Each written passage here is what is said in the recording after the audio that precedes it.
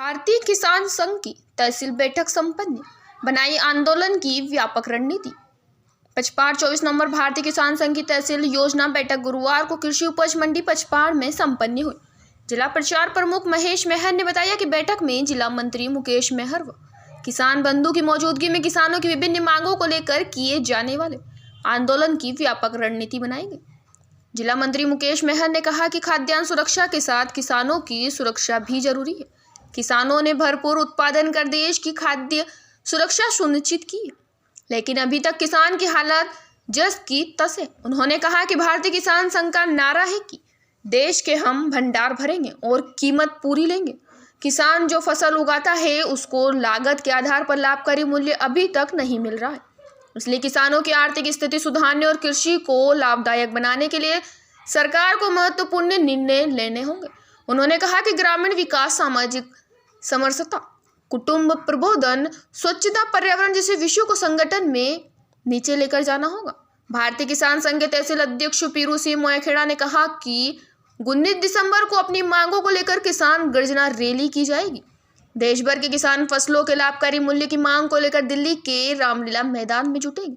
उन्होंने अपनी मांगों की चर्चा करते हुए कहा कि किसानों को अपने उत्पादों की इनपुट क्रेडिट नहीं मिल रही है, इसलिए कृषि आदानों पर जीएसटी समाप्त किया जाना चाहिए। दूसरा, कृषि आदान में मुद्रास्फीति वृद्धि के अनुपात में प्रधानमंत्री किसान सम्मान निधि की राशि बढ़ाई जानी चाहिए।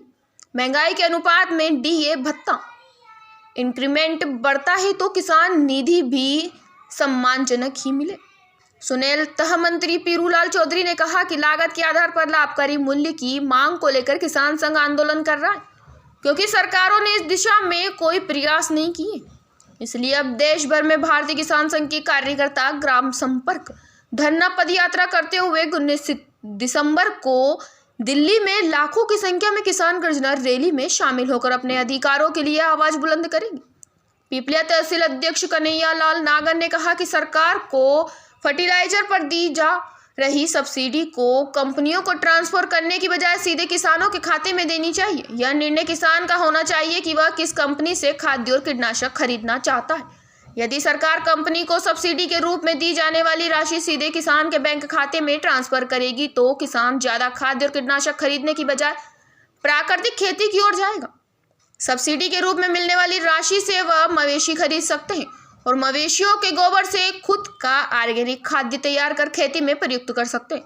तहसील मंत्री राधेश्याम पाटीदार ने कहा कि भारतीय किसान संघ फसलों के लाभकारी मूल्य की बात करता है।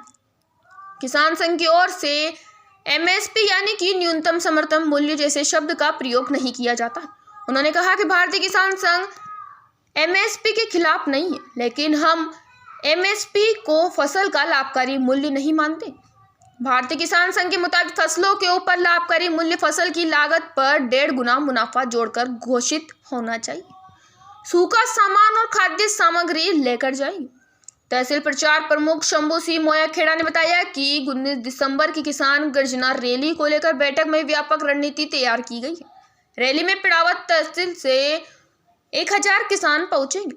हर गांव और धाड़ी में किसानों से संपर्क करने और जन जागरण की भी चर्चा हुई है। इस दौरान चलो ना दिल्ली, किसान गर्जना रैली हमें बुलाए, हमें भी जाना है गीत का लोकार्पण किया गया। आंदोलन के लिए टोली बनाई भरत संगीत, छत्रपुरा, प्रताप सिंह सांगली, भवानी शंकर पाटीदार, बाबूलाल अनिल, दिनेश धाकर, रमेश मेहर, भरत पाटीदार, बालकृष्ण पाटीदार, गौरी किसान सहित किसान बंधु मौजूद रहे। बीपीए न्यूज संवाददाता किशोर तंवर की रिपोर्ट, राजस्थान से खबर।